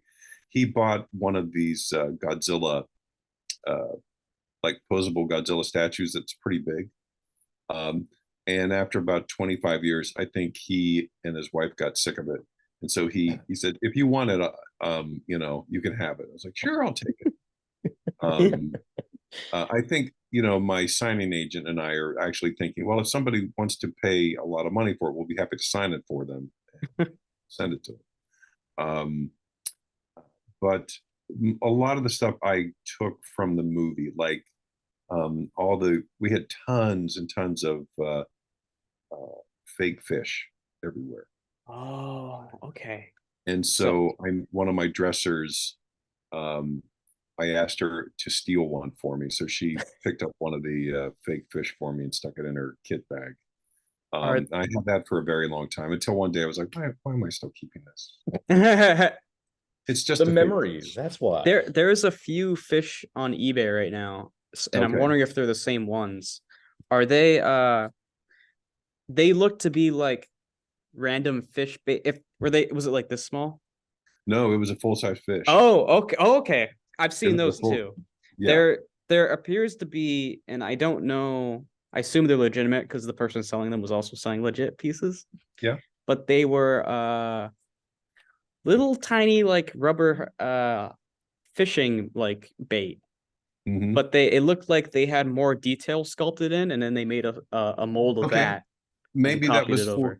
maybe that was for the 1/24 scale Right. stuff we did. I also know that they had blankets of fake fish that they could just pick up and move around. And of course I have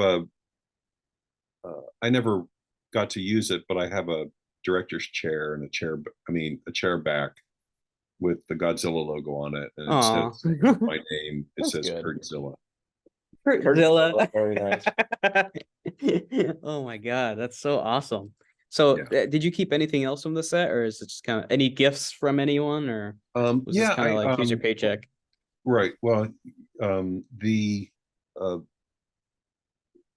you couldn't really, like that was, like getting that fish was like, like I'm exaggerating, but it was like getting the Pentagon Papers out, like it's, they were, you're not supposed to take anything from the set, and you're not supposed to talk to the media. If anybody asks you about the movie, you're not allowed to say anything. But I know some friends of mine, they were like, can't you like steal a claw or something? And I'm like, I would have to rip it off the costume, and I don't want to make work for any, so it will have to be replaced and repaired. Right. And so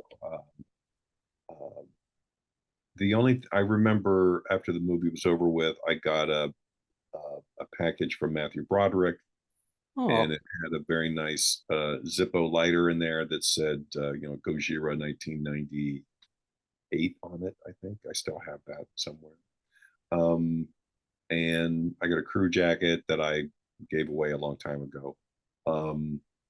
But that was it. I don't really have any, just my memories, just my memories of working on the movie. That's so awesome. 25 years later, that you're still working in this industry and still out there. It's I mean, do you have any other like did you ever get any other roles that like hit quite as big as Godzilla? Because we were talking about how like Godzilla was probably like one of like the like craziest movies when it came to marketing, and it kind of burnt so bad that very few movies do that very often, except like besides like Marvel or Disney, which are like two I mean, they're the same person. Yeah. that's Or anything else that like do you have like a magnum opus performance throughout the years? Not really. Because I've done so many different kinds of things. Uh, being in Little Shop of like I was not in the original cast of Little Shop of Horrors, but I was in the original off-Broadway show. I guess that's fair to say. And that was pretty cool, and I got to do Godzilla, and I got to um, I grew up watching Land of the Lost, the TV show, and then I got to be like the movement coach for the movie Land of the Lost, and I played Sleestack in that, um, and doing those underworld movies, and I've just, I mean, I played a singing moose in a short film, which is it was a lot of fun and it's crazy. I've been very lucky in that I've got to do a lot of crazy stuff that most normal people don't ever get to do. Well, you're in such a niche subgroup of acting too. It's I mean it's awesome how like just working on Little Shop of Horrors like led to Godzilla and then leads still to the work you're doing today. Like that's just amazing to me. Because most people yeah, go ahead. I'm sorry. Go Oh, ahead. sorry. Most people that we've contacted for this show, a lot of them are off to greater pastures in terms Okay. of like their career. And that's not like a dig at them or anything. It's just, 25 years is a long time.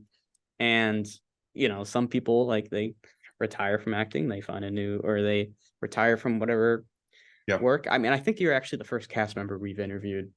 I think so. Yeah. Yeah. So, Hopefully not the last, though. hopefully not the last. Right.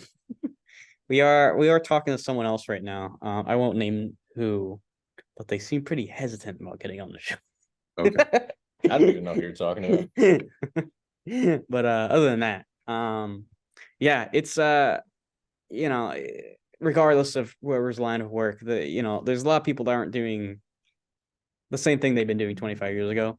And Yeah, I don't know, it's just cool to see, like, because like I said, like in America, like this type of acting, like it's very few and far in between now. So it's awesome that you're still making a successful career out of it. well, thank you. Yeah, I mean, a lot of my friends do the same thing.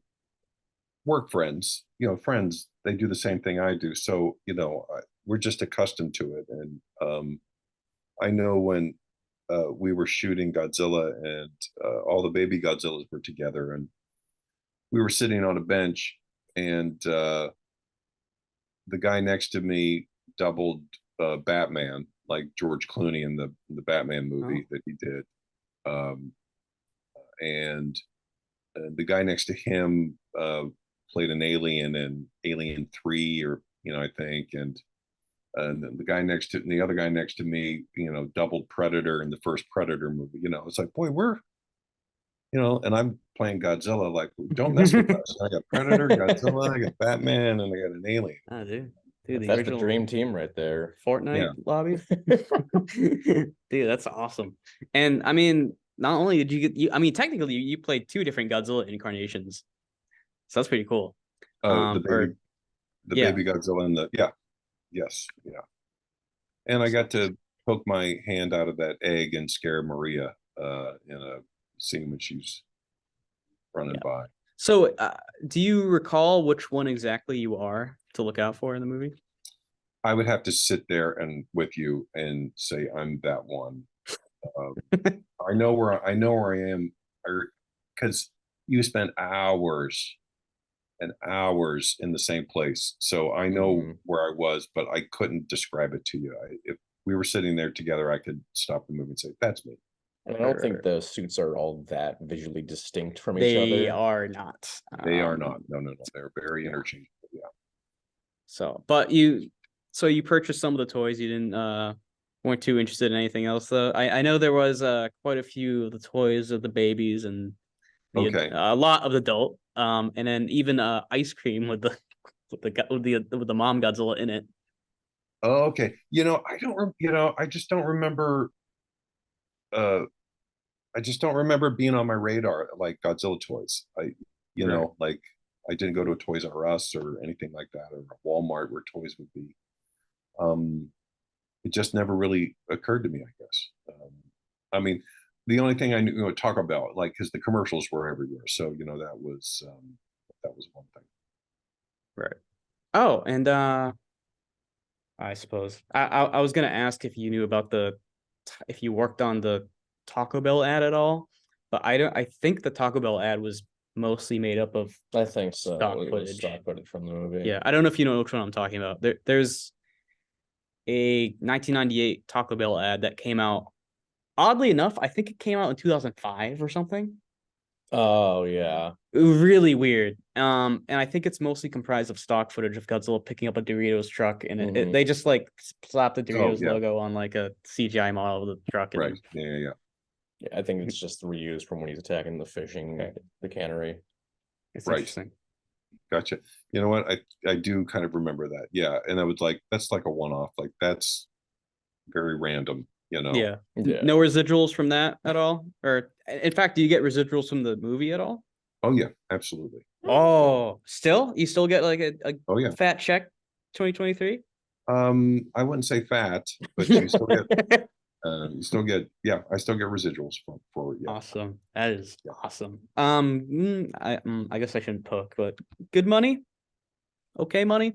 I still get money from the movie. I'll Okay. just put it that way. Yeah. Okay. Hopefully a little more now that G Fest is gonna show it at the theater. That Yeah, hopefully I- give you something. Yeah, well, he might get like, I mean, it's one showing, so he Yeah, I might get know. like, I think a lot of people you might get like a McFlurry. the McFlurry, maybe. I get a Jolly Rancher. Yeah, a single Jolly Rancher. Yeah, I think even McFlurry is like cutting it too high. Listen, Kurt, I work at a candy store. I'll hook you up. Okay. Kurt, come to Massachusetts. You can have as many goddamn fucking McFlurries as you want. Right. Okay. But yeah, no, dude. I mean, even if you aren't, I know you probably want to be like paid for like a hotel and stuff. But like, even if you just wanted to show up to G Fest, I'm sure you'd be a hit there, dude. I know there was another Godzilla 98 alumni that showed up. He was never a guest, but he showed up a few times. He was the miniature guy. Oh, okay. I mean, I know Oh. last time I went to G Fest in 2019, Michiru Oshima was there, but she wasn't a guest. The composer for Megaguirus and both Kiryu films. Right. He was just kind of there. Sometimes they just show up. Yeah. And So she was really happy to meet people. I'm so. sure they'd open up to you in open arms. Okay. There is a lot of, especially now, once like kind of like the internet turmoil calmed down a bit. There's a lot of people that look on that movie very fondly. It's Yes.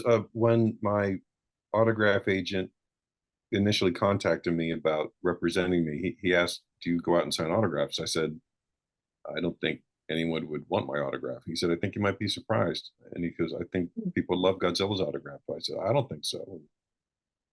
But I've gone out a few times, and it's always very nice when people, want your autograph because you were in a Godzilla, so that's very nice.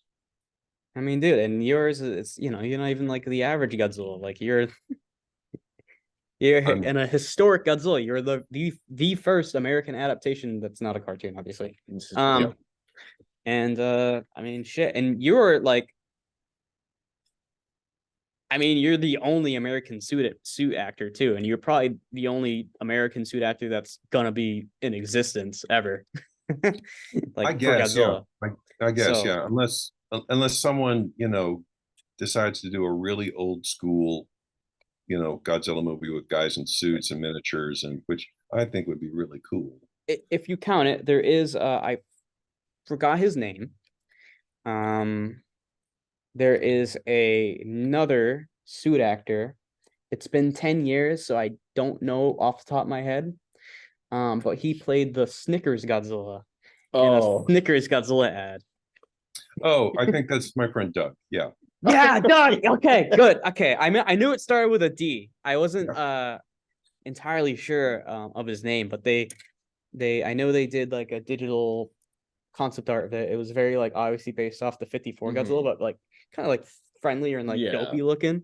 And they built a suit for that, and that was, I know he did a few convention appearances like in Boston really? and stuff too. He seems like a really nice guy. So if you That's a count great that, guy. he's another shares the same Yeah. blood as you, Kurt. Yeah.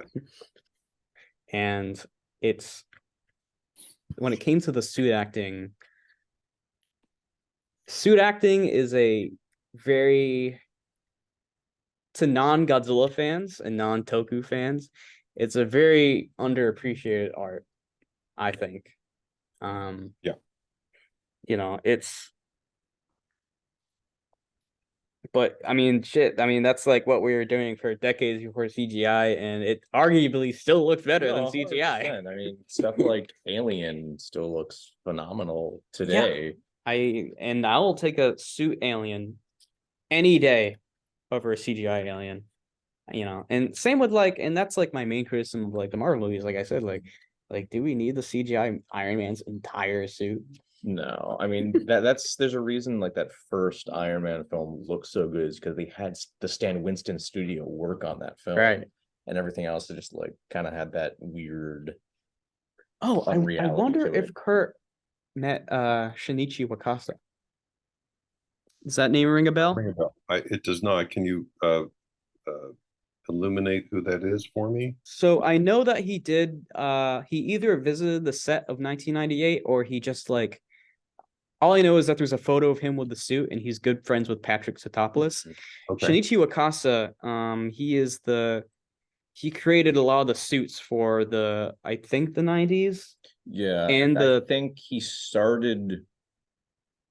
I want to say he started with either like around 91, 93, like yeah. Godzilla vs. King Ghidorah or Godzilla vs. Mechagodzilla 2. One of those two films where he started and he just kind of did everything up until Final Wars. Final Wars. Yeah. So he goes to G-Fest sometimes. Maybe you can find him on Facebook and be like, yo, what up? But he's good friend. I know he's good friends with Patrick Tatopoulos. Okay. And so he's a big fan of like the 98 design.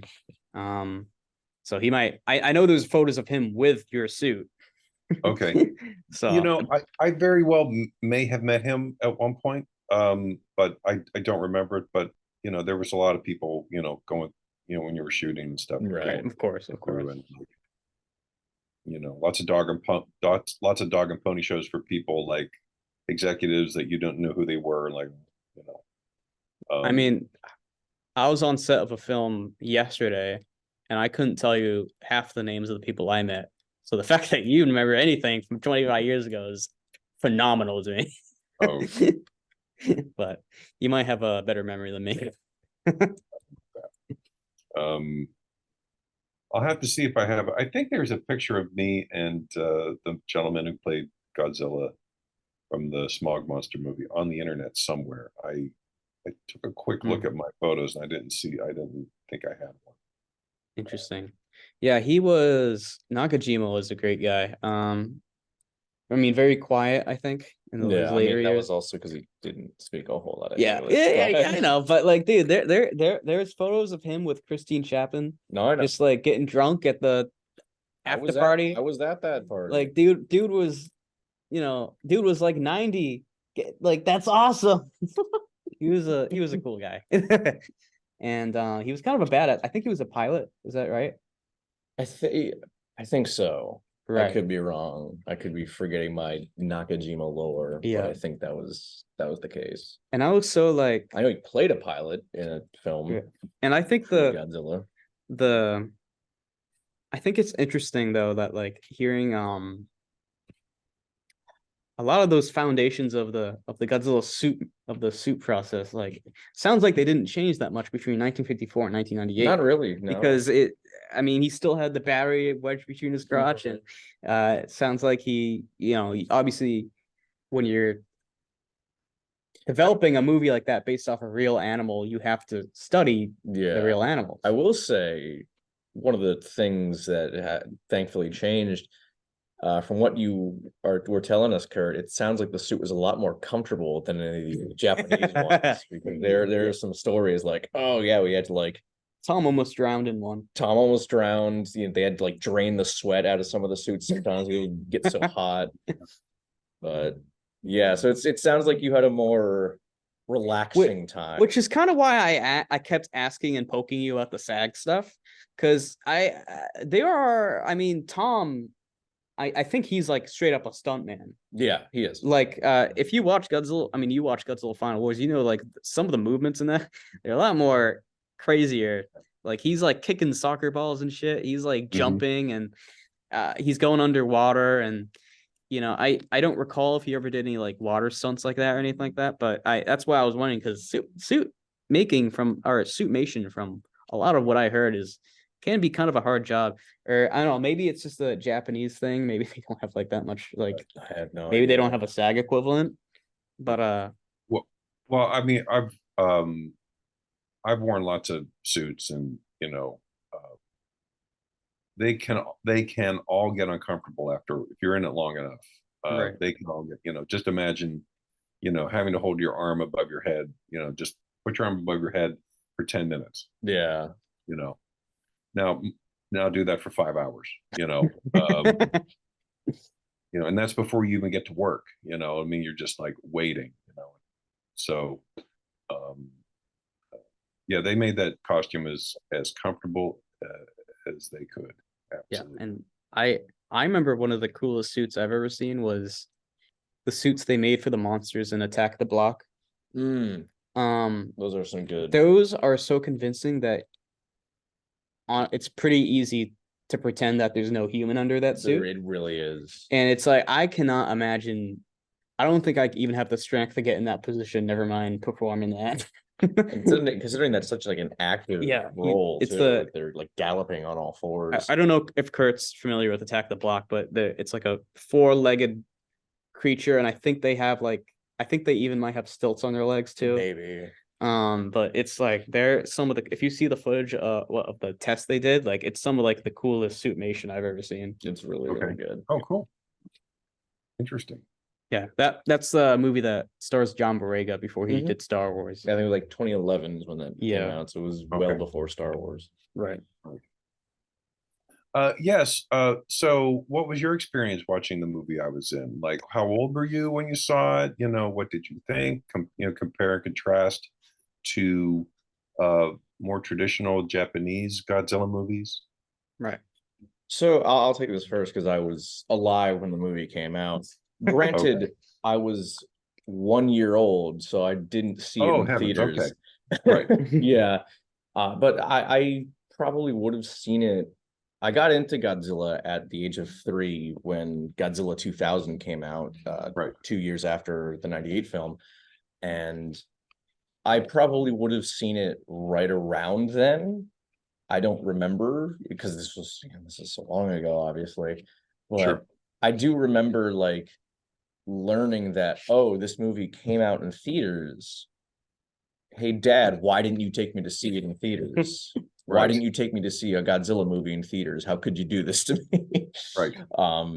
But I've kind of never understood all the hate. I've understood it, but I've never like related to it. Like I never had that deep-seated resentment that so many fans have for that film. It's always been kind of like, yeah, it's a fun little. I've got a lot of nostalgia for it for sure. Like I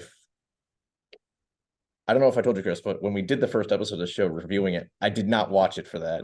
But I watched it a couple of weeks ago on the actual 25th anniversary, and I had a great time with it. I was like, this is such a fun movie. I'm having a grand time. I oddly enough probably had more fun watching that movie that last time than I ever did. I used to hate the movie because I thought I had to. But honestly, like I'm not gonna be real with you. It's not like I'm sorry, Kurt. It's not a great movie, but it's a good movie and it's pretty fun. And especially if you're a kid like I was watching this movie, it is such a awesome film, and it's a good introduction to the character, I think. Yeah, we've covered this on here multiple times, but it came out at the time that like a lot of, because it was everywhere with that marketing, it's directly responsible for a whole new generation of fans, and I don't think people give it the credit it deserves for doing that, because I don't think Godzilla would probably be such a big thing with people, with fans our age, if not for that film. Right. Mhm. And I mean, it was probably like one of like the craziest marketing in history. Yeah. Like, or at least, for film. It it was a good movie. It was good for what it was. Yeah. And not only that, like on the subject of Godzilla himself, even people that hate this movie swear that it's a good monster design. It's like I'm gonna like break like a cardinal sin and say it's probably one of my favorite Godzilla designs. But that's mostly because it's Patrick Tatopoulos' work, and Patrick, like I said, Patrick is one of the greatest concept artists. No, yeah, Patrick is phenomenal. Yeah, I know when we were like when I first met the producers, and then they gave me the videotape, like I said, and then I had to go in and I do what I thought Godzilla would move like, and I was allowed to ask. Patrick was there, and I had all these questions like how the arm movement and stuff, but they would never show you what it looked like. You weren't allowed to. You could ask questions, but they wouldn't show you, and then they call you back again, and that's when it was just me and two other guys, and they had the maquette and drawings of what the Godzilla looked like, and then I go, oh, okay, this is really different, because it's so, because you just hear Godzilla and you just get this image in your head, and it was but once you saw the maquette and the drawings, like, okay, this is really different. It's totally different. It's a different way of moving, and that was mind-blowing, because like I said, you could ask all these questions, but until you saw it for real, like, oh, okay, I get it. When Right. I would ask Patrick, can he move his arm in a circle like this? Patrick would say yes. Like, all right, how's that gonna work? So I know I went home and I tried to draw, like, from what Patrick described, like what it would look like, and I was way off. But yeah, the design is I never very realized how strange the proportions were until I was an adult. Because to me, it's a good design, but I realize now, like, his entire torso is so human. I guess it's a lot like the original Godzilla design in that way, but the entire torso part it's like human proportions, and when you get down to the legs, it's like T-Rex. Totally, yeah, And totally therapy. if ask any 5-year-old, a T-Rex doesn't have arms like that. No. So it's like so bizarre. It's like these reptilian and both humanoid design, like proportions mixed into one. Yeah, you always wanted to keep your elbows like locked into your torso, because as soon as you went like this, it started to look like a guy in a suit. You're right.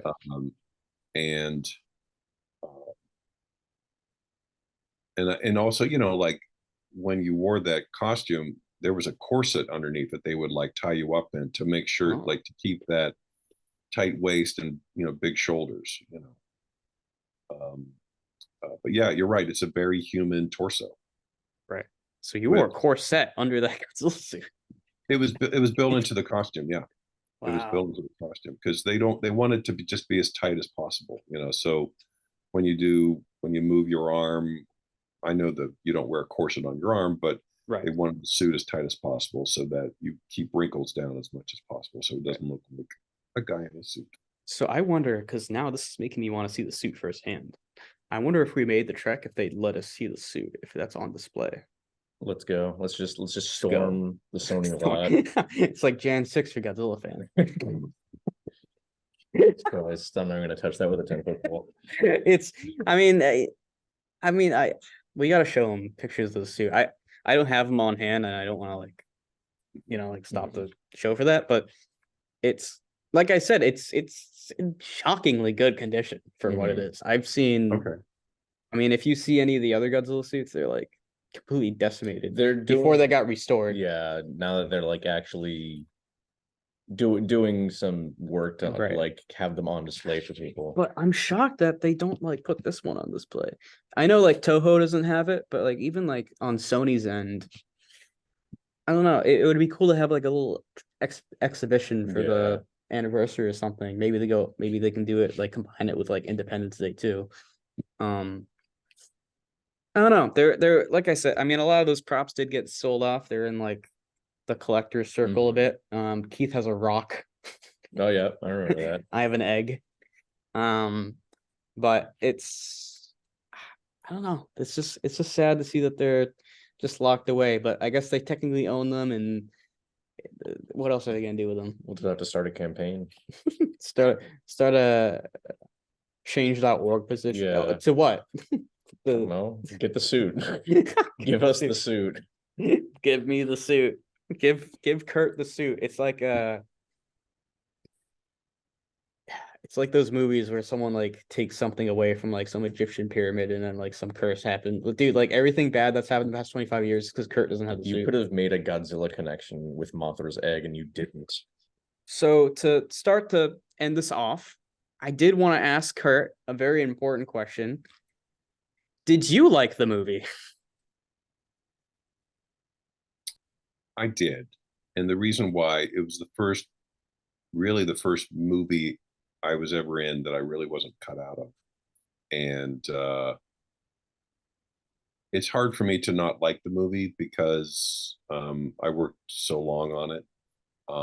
So yes, even though I never got to read a script and I just showed up and did exactly what I was told.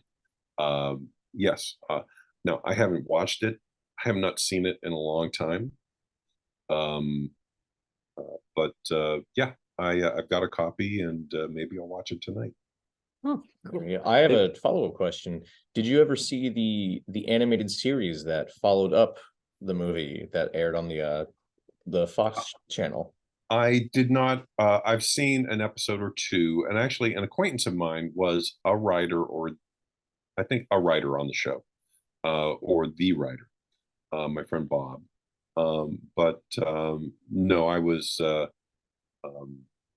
I guess, a little too old for cartoons. But Never too old for cartoons. never. but yeah. So, well, now if Nick, I guess, is still taking his mother's car in to be repaired, I guess. Yeah. So, but if he has some questions or something and he wants to contact me, you can give him if he doesn't have my contact info. If Yeah. he, legitimately has a couple questions he thought of. Yeah, we could just like tag on like either an annotation or just like record your voice. Deep fake his voice. Right. No, not gonna do that shit. But so you didn't, I assume you also didn't see the Rift Tracks version of Godzilla 98, did you? Oh, I didn't know they did one. They did they one did live in it. theaters a couple of years ago. They screened it in American theaters. That was the last time. It's Oh, little wow, little okay. known fact. Godzilla 98 got a wide American theater Was the- release the in Rift like Tracks. what 2017 or something it was. I think it was earlier. I think it was Really? way earlier than that. I I don't- don't say it was before 2014 came out. My world's biggest regret was not seeing that. I saw the I Mothra one though. I didn't see the Mothra. I saw 98. Mm. Oh, wow. Okay. Didn't know they did that. You might be able to watch it still. I don't know if they still do, but I think you can buy the I audio. think you usually can. You can't buy the video with it, obviously. Yeah, you have to have the movie, but you itself, just sync you it can up. buy the- Okay. So that might be of interest to you. That would be interesting. Yeah. There's also, like I said, probably for the first time in years, to my knowledge, unless there was some private screening we don't know about, Godzilla 98 is returning to a theater, a single a single theater this July. So we'll let you know how that goes, unless you I don't know, if you break your piggy bank and like buy a plane ticket real quick, because that would be pretty dope too. Right. Well, it would be Um, nice to hang out and watch the movie with you guys. Of course.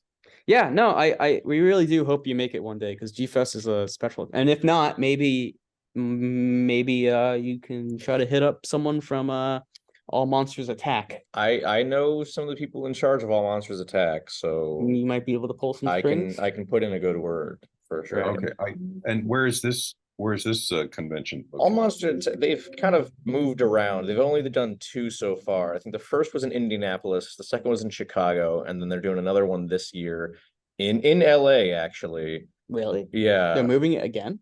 Yeah, so this one's kind of like it's both Days of the Dead and All Monsters. Okay. It's like horror So- and also kaiju. So is the next year one still gonna be in Chicago? I don't know. Okay, I'm gonna Who assume knows? it is, but basically All Monsters Attack. It happened, I believe, last month. Mhm. All Monsters Attack. It's I don't want to say it's like a diss, but it's kind of a competitor to G Fest. It's a brand new convention, and they not only is it a competitor to G Fest, they had it at the old G Fest hotel. It's a lot more. It's a smaller, but it's a lot more Fun? about the guests.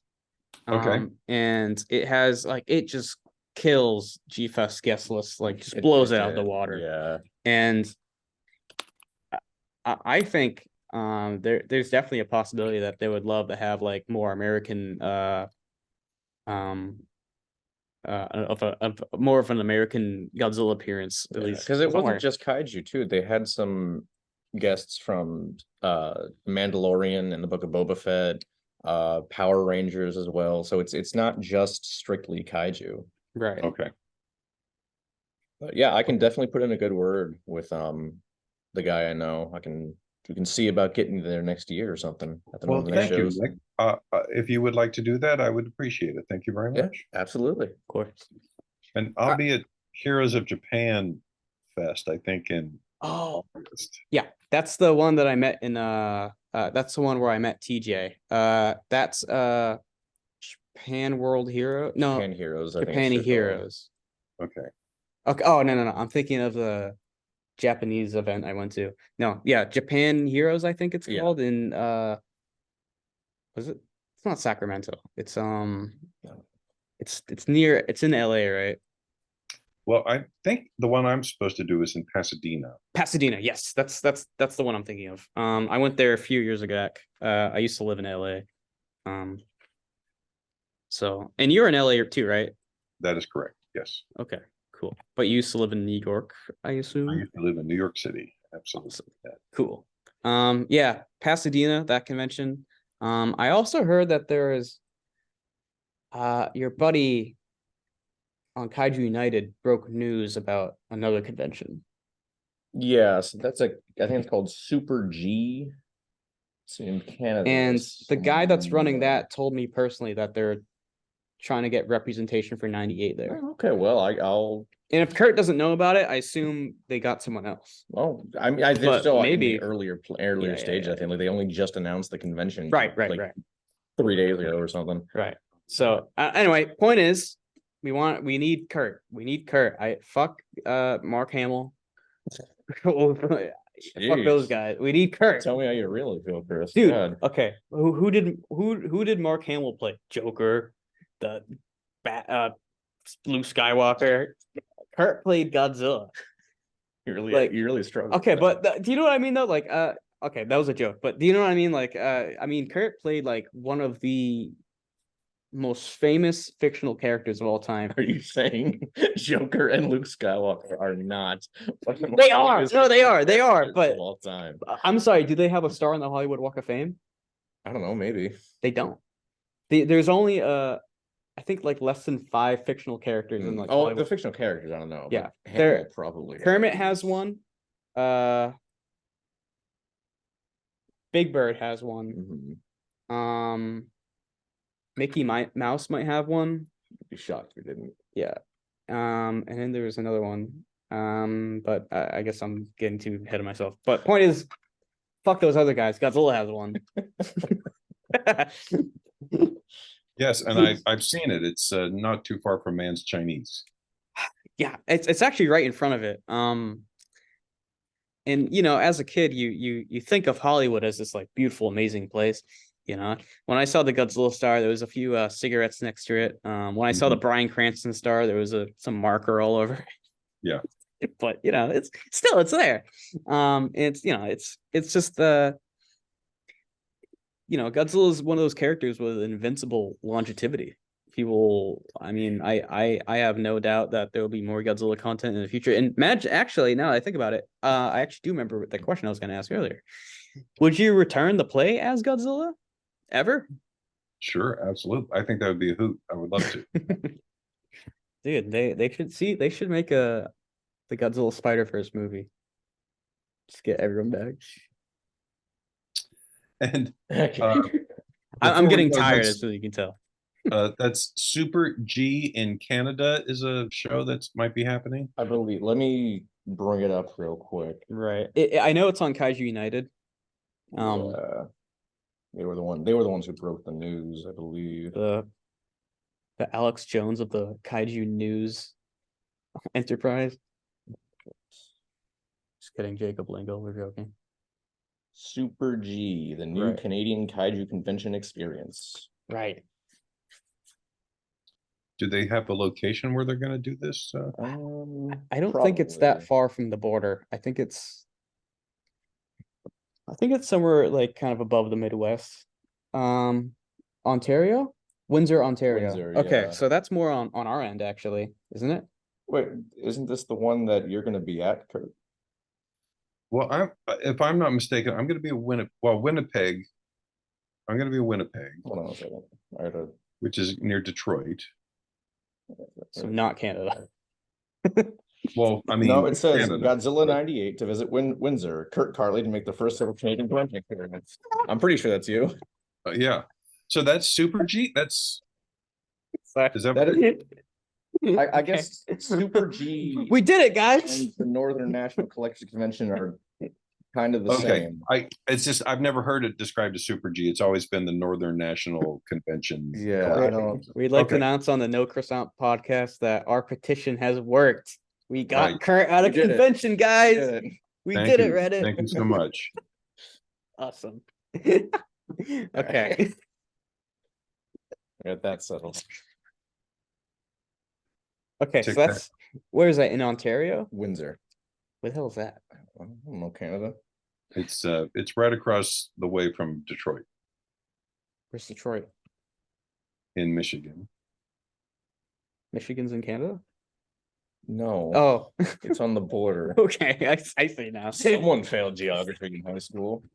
That's why I was confused. Yeah. Okay. So that's more like mid